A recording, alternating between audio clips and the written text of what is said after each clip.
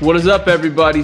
December 20th, 2018, 5 days before the fat guy comes down your fucking chimney and eats your milk and cookies. We got a good show for you guys tonight. Guys, say hi. What's up? It's Keith from the Mile High. I just want to say Chicago Bears, NFC North champs. First time since 2010. Hi, I'm Jimmy. And I'm Brandon from up in Minnesota, and I just want to say, oh my God, the Broncos are terrible. Broncos are pretty rough. Anyway, fuck sports cards. I have made a lot of people want to buy Prism apparently, and I love seeing it. Did Keith? You actually had a pretty nice hit in your box. You want to tell people what you got? Yeah, man. I was rating those gravity pull boxes, and they're actually pretty good if you can find ones that aren't searched. You're almost guaranteed one auto and two pulsars. So I ended up getting an auto of Mo Bamba, and they threw in an awesome silver auto of Brooke Lopez. Nice pulls, man. No, but I've gotten some silver. It's all about the silver rookies, you know. So I've gotten Knox. I've gotten a couple Bridges guys, but I'm still waiting for the Doncic, you know. I think my best silver was the Trey Young. Oh, that's good. Trey Young's good, I think. Depending on where you're from. Or bad. I bought a bunch of Doncic cards because I couldn't get any. I got tired of that shit. But I got some boxes I'm going to open up after the podcast. So what do you do? Yeah, I mean, honestly, buying cards is probably your best bet anyway. I mean, it's fun to rip cards, but in the end, I think you lose money. Well, yeah, it almost got to be the point like comics. You know, you didn't have to search. You just buy whatever you wanted and hope to, high quality, copy that's gradable. Sports cards, shit, you're gambling and you got to hope it's in good shape. So, but I've had a lot of fun, and I'm going to continue to buy sports cards. No, it's actually really fun, man. And right now it's a downtime for comics. I feel like the end of the year, it's pretty slow. There's no conventions really, and I think it's fun thing to follow. No, I wish more people would do like blind bags and stuff for comics because people love cracking them open and seeing what's inside. Well, the Walking Dead ones were really cool. But aside from that, I can't think of really any other publishers embracing that. Well, I guess Boom has to some extent. Some of their Power Ranger stuff. I was actually digging through a bin the other day and found that, was it Batman 86, the Harley's little black book? Yeah, you're DC did a bunch of them, yeah. DC did do one that month for every title. Yeah, you don't see that happening a lot, which is interesting. The DC ones were cool though because they had like original sketch variants put in there, and they had like signed ones by actors and stuff in there. So I actually just looked it up because I cracked it was a black and white Alex Ross cover, and it goes for like $20. Yeah, the Batman one, huh? Yeah, that's a cool. That was probably the best one, I think. Yeah, I've sold a few of those in pretty much in every different version of it. That was just one of those really nice Ross covers. Yeah, I'm pretty sure I like bought it just because I was at the store grabbing like my pull list and was like, oh yeah, whatever, throw that on there too. Hey guys, why is Batman Shadow of the Bat #1 taken off the way it has? Because it's the first appearance of a character that's supposed to show up in one of DC's TV shows. Maybe it's a CW TV show, one of those. It's a TV show, I'm pretty sure. It was spec'd on a long time ago. I know. Yeah, 2014. I made a post about it on Comic Book Scalping. I got lampooned about it. Well, yours truly bought a few copies in 2014, so thank you, Jimmy. What are they selling for now? Like 20 to 30 or something? I sold mine for like 18, but I paid $5 for it, so I'm good with that. I can't believe how well X-23 #7 is doing. Yeah, that's like a first appearance of some new character. The X-Assassin, whatever it was called? Yeah, what I thought was interesting was because I was going through Diamond, and these two books were supposed to come out this week, but they're delayed, as with most of the books from this publisher. There's two Antarctic Press books that seem to be selling really well, and I don't really understand why. that's Punchline issue 4 is selling, or issue 3 is selling for $15 in pre-sale.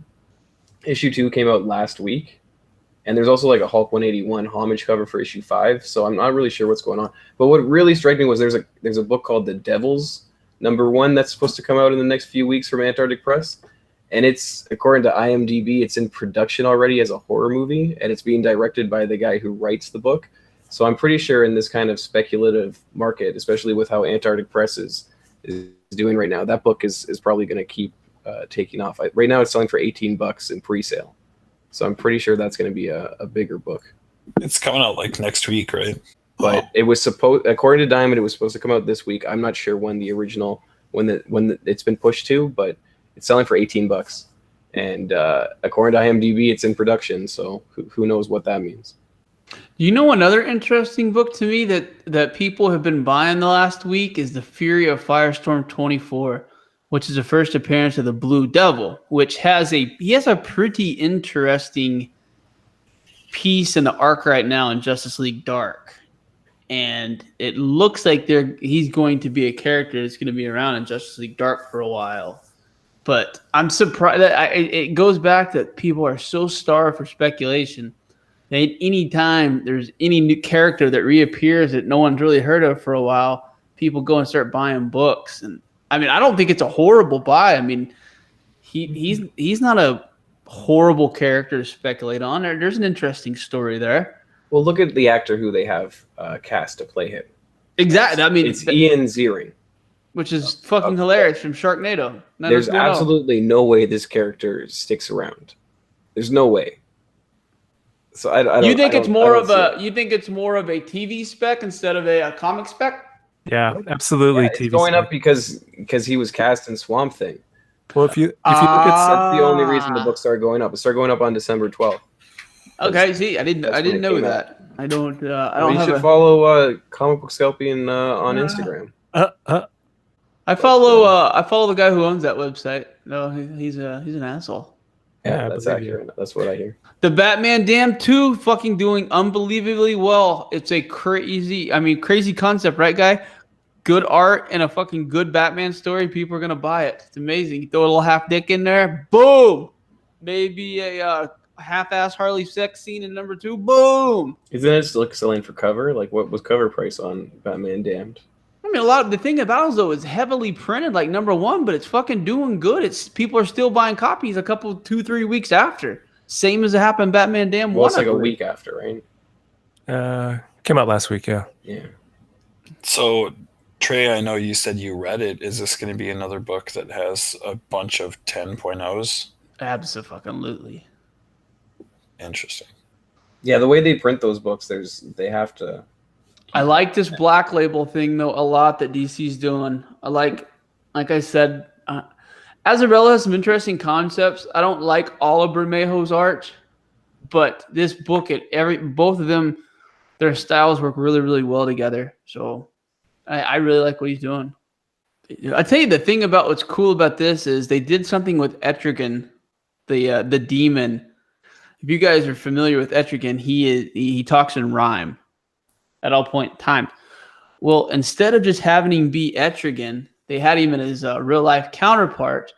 He was a freestyle underground rapper, and that was his trade by day. And that's how he hid in plain sight and still talked in rhyme and still was his character as he was an underground rapper. I thought it was fucking brilliant.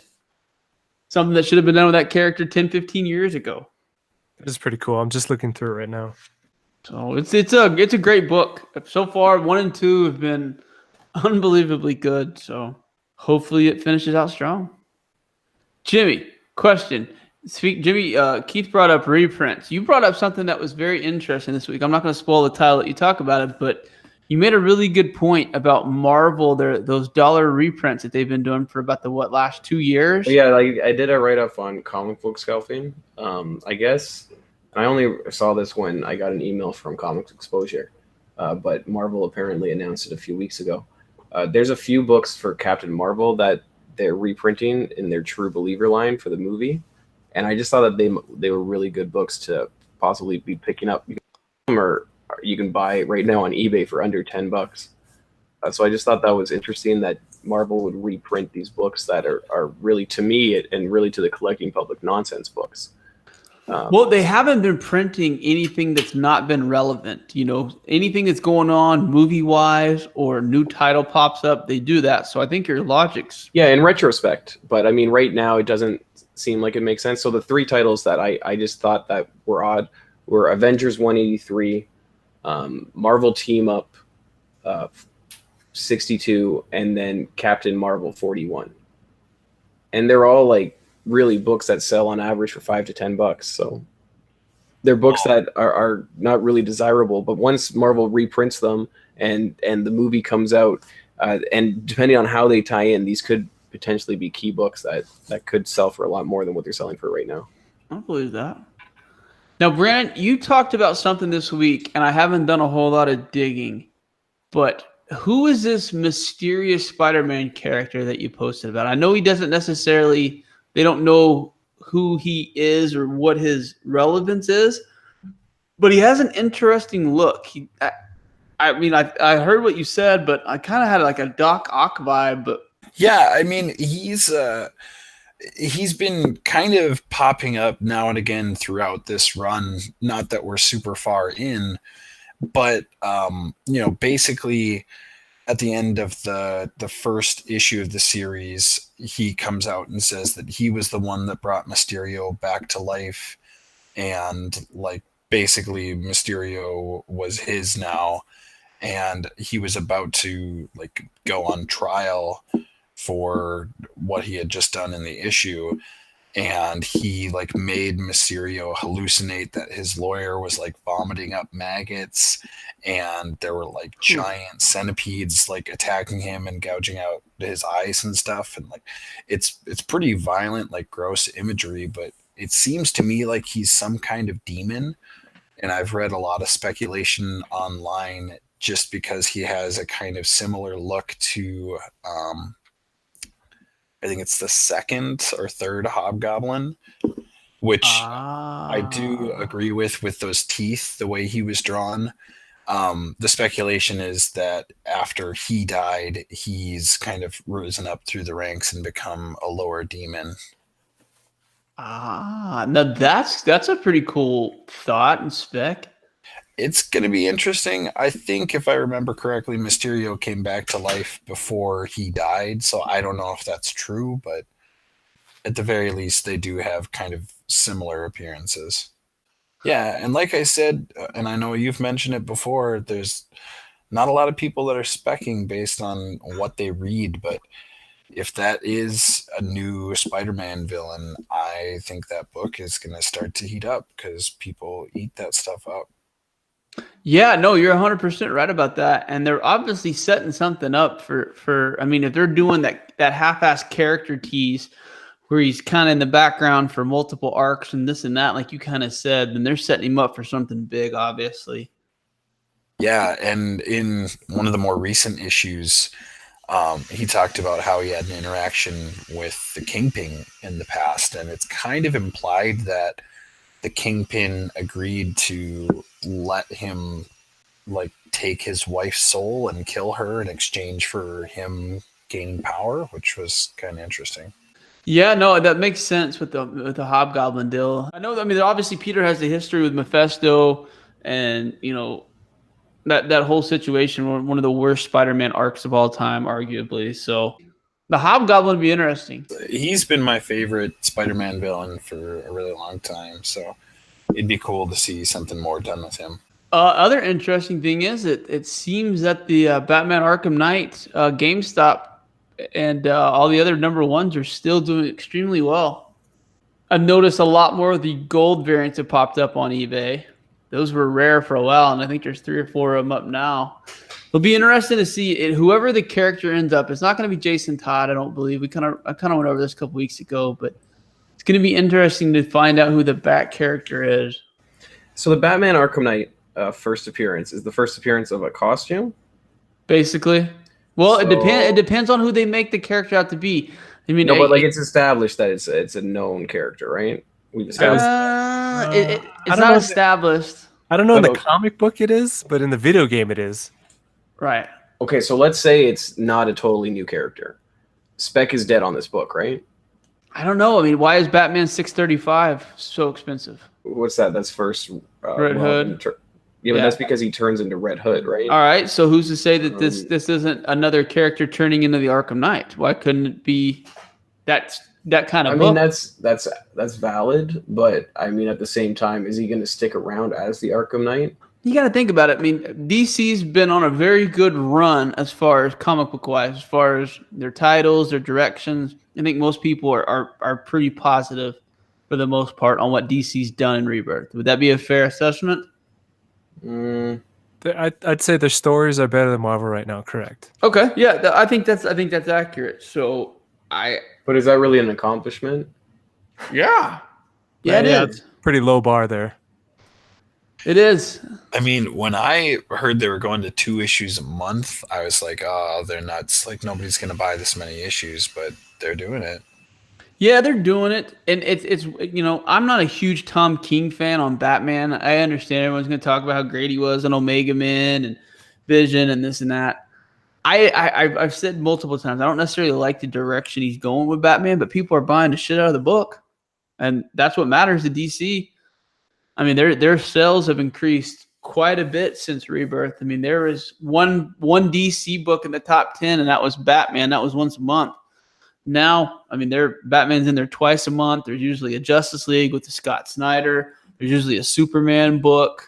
So they're doing a lot better in that regard. So, the one thing I don't like about Arkham Knight is isn't it a villain, really? I saw what he's going to look like in the comics today. I forget, it was on Twitter, but I don't know. He has a sword. That's the only thing that's different. Is the Arkham Knight on this one has a sword. I'm totally against villain spec, really. Yeah, I mean, but he's more of an anti, I guess. I don't know. I don't know what's a fucking anti-hero anymore. What's not? They said Deadpool used to be the definition of an anti-hero. Now they've turned him into just a full-on hero who just kills people and shit. Yeah, I guess you never know what they're going to do with the character down the road. That's where we're at with comic speculation right now, right? I mean, we're grasping at straws and here's what I thought was interesting. A trailer came out today for a movie that not a lot of people are talking about, and it's Men in Black. Did you guys see the Men in Black trailer? I heard about it. No. So what I find interesting though is this is going to be the 4th Men in Black movie, and Men in Black's based on a comic book. And that comic book doesn't really sell that well. I mean, the print runs on them are very low, like shockingly low. So I'm just curious if you guys think in this market climate where everybody's jumping on books, do you think that Men in Black will finally see its day? No chance. But comic book wise, speculation wise, yeah. No chance. I disagree. I think all it takes is somebody that's running one of these comic book groups to get behind it, and people will buy it. Key collector. Oh yeah. Yeah, I'm hoping they do, because it's published by Aerosol, and it's not like the easiest books to find, but Jimmy's got like 100 of them. No, I have a few. I do have a few, but I just find it interesting that the new trailer came out, and I guess it's a female, and who's the guy? I think it's Hemsworth. Yeah, it's Hemsworth, and then she's some kind of character in one of the Marvel in the Thor movie too. Valkyrie. Yeah. So I don't know. I just thought that was interesting. Speaking of trailers, I've been talking about this for a while, but I fucking can't wait because I got 2.5 hours and I get to watch the season finale of Titans. And I don't think I've ever been more excited for a TV show in my life. Did you guys happen to see the trailer? I didn't. I just saw that you posted it, and I could tell from the post that it had Batman, and I was like, oh, no, I'm going to wait to see it. Yeah, I don't know where they're going to go with it because, I'm not going to give any spoilers. This is, the title of the episode is Batman vs. Nightwing. So, and the trailer shows I don't think it's a red herring. So, pretty excited. That's interesting. They'd bring Batman into that universe. Oh, dude, if you watch this isn't low budget. I mean, it would not surprise me, which you can segue into our next thing. It wouldn't surprise me if you see the kids in Titans on the big screen in other DC projects down the road. That's how big a budget and how I think invested Warner Brothers is in this Titans franchise. But you gotta think like them launching this new streaming service is expensive, and they need to do something big to get people to sign up. And I think having Batman come on to Titans, even if that means that people are subscribing just to binge watch the whole season now that it's been released, it's a good marketing move. Yeah, they do a lot of giveaways. I will give them. I give them quite a bit. I feel like I've gotten value out of my my first investment in the DCU. I mean, they do giveaways all the time for free stuff. I haven't won anything yet, but they do a good job. They have quite a bit of exclusives. They also announced yesterday that all the DC animated movies will be streamed same day that they come out in stores. So that's a nice, Nice. I usually stream those at $8 to $12 from Google when they come out. So that's another, couple savings a year on some of those DC animated stuffs. The back catalog and the digital reader, great.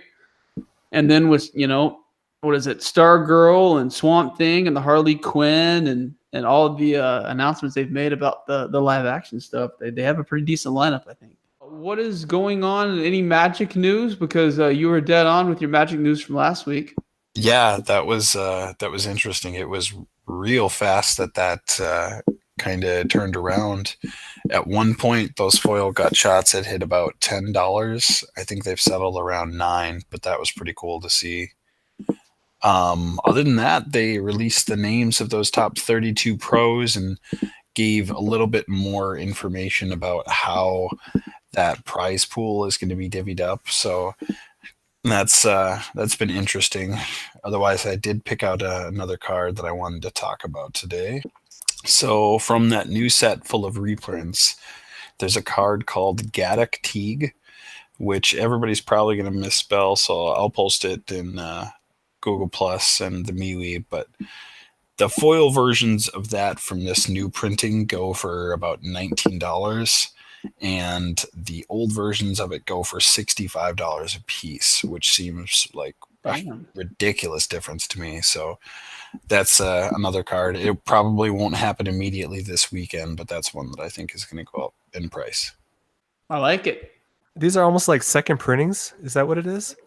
Yeah, basically. So, the difference obviously is in the Magic world, there are some people that are always gung-ho, like, oh, I have to have the original version. But at the end of the day, people are just playing a game with them. It's not like they've got them displayed or graded very often.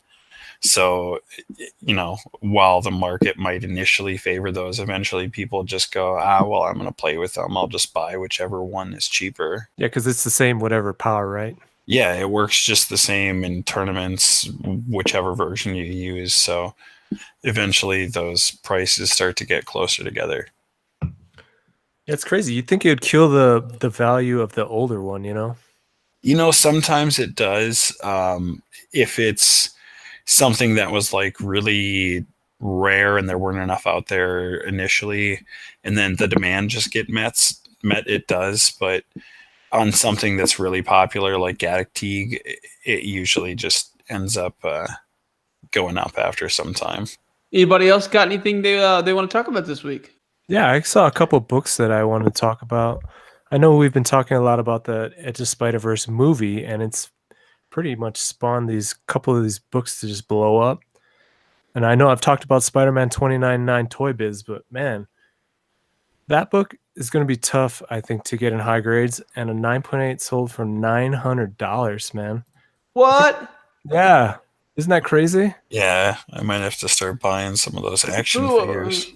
That's interesting. I mean, I don't know how much are on Census, how much are out there, but it's got to be a tough 9.8, don't you think? Oh fuck! There's no doubt. I mean, it's a thick cardboard stock. If from what I've been told. No, because if you look at these toys, it's a different one. It's a different kind of packaging. So it is different than the stock. Yeah. Okay. And the Marvel, they were Marvel Legend ones, right? That had the X23 one. These ones are different packages, and I think that these ones actually might be harder to get the book out because it's not like a straight box. It has all these jagged edges on it. So definitely looks like a bubble on the front. Yeah, but if you look at the bubble on it, it's not in a rectangle. It's in an odd shape where it has all of these different curves on it, and that's what would make it harder to get out in near mint condition. Yeah. And the X-23 one was hard to get out, but it was in a complete rectangle box, so you could just cut it to get it out. Whereas this one is a little bit more difficult. At least that's what it looks like. Yeah, but that book is blowing up, man. But like I said, the raws, they're going for like 125 probably. There is a CBCS copy, a 9.8, on my comic shop right now for $641.25. Pretty tempting, man. You got faith in the character off a comic book cameo? Well, I mean, I've seen a few books pop up recently that have like other cameos of the character in it. Oh, I'm not disagreeing. I'm just saying that is a pretty big ass gamble for an animated character. True. Well, I mean, he's clearly coming back, and it just depends on how they use it, right? So, I haven't got to watch it yet, but everyone who's watched it said it's unbelievable. Dude, that movie's getting really good reviews. Yeah, I'm really starting to think that this Batman Who Laughs Capullo variant, the B covers down the road, depending on what they do with that character, is going to be a monster. You don't think the print run's pretty high on that? It's probably going to be high, but that all black cover, and God, it's a great cover. It's what's simple. That foil cover where he's on the cover with all the chains? Because I noticed that book seems to be doing well.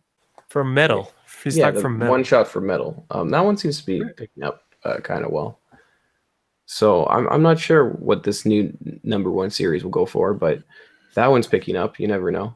I see that. I mean, Teen Titan 12 is selling like a fucking chicken McNuggets at McDonald's. Yeah, dude, that book picked up again. I saw it a couple weeks before it started to pick up some steam, but now, yeah, it's pretty much rolling, man. Dude, I probably have 30 raw copies of that book. It's a good time to sell because once this mini's over, I don't know what they're going to do with this character. Anyway, another book that's been picking up is that Spider-Woman Alpha #1. I don't know if you guys noticed that. The variant went crazy. Like a 9.8 sold for 500. Yeah, see, the Spider-Woman thing I find weird, or Spider-Woman 1, because it was pumped up by Key Collector, and there's three covers, but only one seems to be selling well because it's the one that Key Collector spotlit, like the cover A. So there's a J. Scott Campbell cover and then a action figure cover that sell for virtually nothing. And then, yeah, the 1 in 25 seems to be doing well. But I don't think that these are really going to hold because, again, I think the reason they're selling well is pure pump. And I just feel like right now they're just being dumped. So I don't know. I think the 1 in 25 will stand the test of time. But why? It's not the first appearance of these characters. It's not the first cover appearance of this character. Because again, Key Collector did put out another alert saying, "Hey, just so you know, this cover came out before that," and that was, I guess, today that they did that. So, I don't know. I don't know why the book sells well. Why do you think the book sells well? Obviously, because the movie properties. Yeah, but it's not a key. It just has the 3 characters on it. Correct. Does that make I just don't see it. I mean, it's like when people were buying all the Gotham City Sirens books, right? All. Yeah, what do those sell for now? No, probably nothing. Well, it's because DC fucked that all up. But I think these Spider Women could have a shot of doing something on the screen for sure. If anything, now is not the time to buy. If you really want them, wait 2 months. I don't understand how people. I don't get that. I don't understand the luster of that one, but. I just don't know why this book. Yes, I totally agree. Why that? I'm not saying these characters aren't good. I'm not saying that these aren't. It's not going to be a good movie. I just don't understand why this book, aside from the fact that Key Collector said, "Hey, this is a book that you guys should be aware of." And then Key Collector came out and said there was a book before this one. Yeah, they came out with an alert that said that the Amazing Spider-Man 9 comics exposure variant, which is also the second appearance of Spider-Gwen. They said that that's the first appearance of all of them on a cover together. I still like this Stacey Lee variant. I think it's a good cover. I think it's way better than that comic exposure cover. Yeah, no, I don't think either books are really books that are important at all. I don't think either book are books, neither book are ones that I would want in my collection. But the thing is, I don't see how the Spider-Women one is important at all. There's just a lot of books that are variants, hard to find, cool covers that people collect. Sure. That's what I do. I don't I know. mean, if all those people are going to be in a movie, there's going to be more people out there going, "Oh, I wonder what cool covers there are with these people on it." Pretty much. That's why you see a lot of these Miles variants blowing up too now. That should have happened a long time ago, though. I don't see the Miles thing. I don't get it. It's Superboy. Why is Superboy gonna all of a sudden be popular and be comparable to the real Superman? You know what I mean? No, I hear you. I mean, that's DC's decision to, kind of skirt him to the side. But Why didn't Azrael work as Batman? Just because you slap a character and make him relevant in today's, everything has to be different culture, that it's just automatically going to work. I like the character, but he's never going to be bigger than Peter Parker. Well, no, but I don't think a lot of people are expecting. And a lot of people aren't going to be happy seeing a bunch of movie with 4 or 5 different fucking Spider-Man in it. Spider-Man fans want to watch Peter Parker Spider-Man films. I'm not saying that there's not a market out there for this, but people need to pump their brakes on the Miles shit, because that's all he's going to be. He's never going to be equal to Peter Parker, ever. Yeah, I don't think anybody's saying he's going to be. No, I don't- nobody is. No, But I don't if he's in the same universe as Peter Parker, then he's on the same path as Venom. And it's not like his books are super expensive. Shit, the 9/8, you're getting $2,000-ish. For what the Yeah, but again, Fallout those are variant? hard, those Yeah. are That's- hard books to get in 9/8 anyways because of the covers. I mentioned like the Fallout, the first appearance. Most of them were all polybagged, weren't they? Weren't they all polybagged? They were So all I mean, called- condition yeah. right now is not going to be great in a lot of the Miles Key books. It was polybagged, what? Because Spider-Man dies in it, right? So I don't know. Spoiler, by the way. Asshole. There were 2 things I wanted to talk about. Have you guys noticed what's going on with Immortal Hulk? Like pretty much all the books are selling well, and I guess like his first appearance is now like a $20 book. Was that Avengers 695? 684. Yeah, I just don't understand what the deal is with that. Are you guys reading those books or Hey, I anything? talked about this book. Fuck you. Yeah, but I didn't realize like the first appearance of him now is now the first issue, and like all the issues are pretty much heating up. Well, And, he's literally turned into this fucking like uncontrollable god-slaying gamma-absorbing Hulk that can't be stopped. I mean, he's basically killed the Vision. I mean, he's literally like World Breaker Hulk on steroids, just going through beating the shit out of everybody that stands in his way. I haven't So read the we- book, but that's the summation that I've read. Another thing I thought was pretty interesting is Marvel is putting out a Hulk 181 reprint variant. So they have 2 editions. one's a Facsimite or whatever, however you would call that. So, and I think they're like $4.99 is the retail price, or so they're $4 or $5. What's that Canadian? That's a great question, but I just think like these are good down the line spec. Because I mean, the Fantastic Four #1 reprint still seems to be selling well. So I mean, if you can pre-order the Hulk 181 reprint book, I mean, you might be able to make some cash. Oh, any kind of reprint like that, they do super, super well, especially if you can do a CGC SS. Even those Captain Marvels that they're doing as True Believers, if it's a $1 book and you get a signature on that, it probably goes for $150 for a 9/8. Since you talked about that, a book that I haven't heard anyone talk about that's doing extremely well is the Avengers 684 second print, because we may have a Kamala Khan, Captain Marvel 17 second print situation in that book. Hulk. It's actually 682. Oh yeah, it is 682 Yeah, there's listings on eBay that say first Immortal Hulk. appearance. So I think that the Immortal Hulk thing might appear in 682 in one panel, and the second print, which I think is sold out on most websites, is probably the book to get if we're specking on Immortal Hulk. It looks like a lot of people are labeling 684 as first full and 682 as a cameo. Yeah. But with this cover on the second print, I mean, it's kind of hard to argue with. Exactly. So that would be more like the Kamala Khan, I think. Yeah. I mean, either way, they're probably both worth grabbing. You don't think that the print run is pretty high in this book? On the second No. print of 682? No, No chance. 684, the first. Oh no, 684. Yeah, the print run's probably high because it's an Avengers book. Plus, it's Jim Zub. Plus, I mean, this one has been a highly acclaimed series, or at least a run of Avengers. So, I mean, I think the print run's probably high up on it. I think for the second prints, they're probably a little low, but I mean, they're selling. Print runs don't matter anymore. Again, we were talking about Shadow of a Bat a little while ago. I mean, print runs don't matter. Yeah, I'd say that all the time. Like, a lot of times, if you bring up a book, people are like, "Oh, print run," but like, really, who cares? It's all about demand, and these days, the market just wants to buy anything they can get their hands on. Right. If there's 1 million copies out there, but 1.2 million want it, boom. Who gives a fuck? I mean, and that's honestly, I mean, you can look at that with New Mutants 98, and yeah, there's a shitload of copies, but if you have a decently priced New Mutants 98, it sells, and it sells quickly. Well, and ASM 300 is the same way. Yep. Those are pretty big characters, though. You know, they are big characters for sure. I don't know, but the cool thing 10 years ago they weren't. Nobody gave a crap about Deadpool. You know the cool thing about this Immortal Hulk, though? It's a different take on the Hulk. I've talked about it before. I think, characters like him are almost dead characters. For the simple fact is how do you beat the Hulk? I mean, you can split him up. You can do the Red Hulk. I mean, they've tried every variation they could do with it.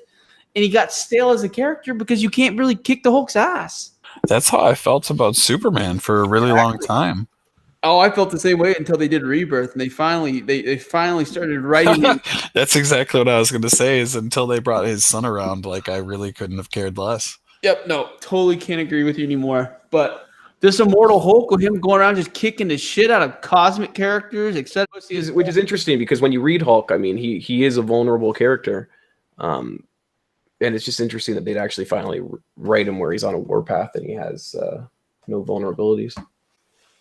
He has a vulnerability. It's big news because she's returning. Betsy Ross. Hey Trey, didn't you see Aquaman this week? Yeah, Dr. Joe and I went and saw it on opening night from Amazon Prime Saturday, and I liked it. But our good buddy Keith didn't. I didn't say I didn't like it. I just thought it was okay.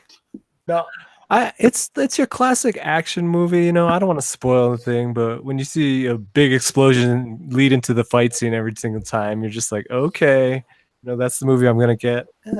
And his humor sometimes it came out corny. Yeah, let's just shoot. I mean, I like the shit out of Jason Momoa, but he can't act his way out of a fucking, anything. Literally, he couldn't get out of a speeding ticket. No, the guy's not The Rock. No, he's not The Rock. And he has his limitations. But I liked what they did and how they reinvented Aquaman as a native islander. Because if that's exactly, if there was an Aquaman, he's not going to be a white dude with long blonde hair and blue eyes and shit. That's probably what an Atlantean was is from Keith's world. I thought it was a good, the thing that I didn't like necessarily was the end credit scene was pretty anticlimactic from what I thought it was going to be, and it was pretty cheesy to be honest. So there's a really bad overactor that I cannot stand that is apparently going to play a really big part in the next Aquaman, but y'all see it if you're going to watch it. Yeah, I didn't really like what they did with Black Manta, but I don't know. Did you see the trailer for Hellboy? Yeah, it's trash. I don't understand how people are considered comic book fans and not go watch. It made me feel justified in not watching any of the other Hellboy movies. Oh man, all those because that trailer looks trash. And how it looks fucking awesome. We're talking about the new Hellboy trailer. Yeah. You guys think the new Hellboy trailer looks awesome? Absolutely. Yes, I don't know what. I'll be there day one. I don't know what planet you guys live on, but it's not the one I'm on. Yeah, it's because you haven't seen the other Hellboy movies and you just don't understand.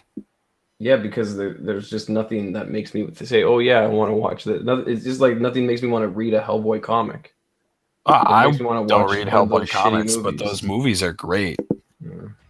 Guillermo del Toro is the man. Guys, we all know it's 5 days away from Christmas. Be safe, have fun, remember what Christmas is truly about, and just remember, Jimmy sucks. Have a good night. Thanks for joining us. Bye.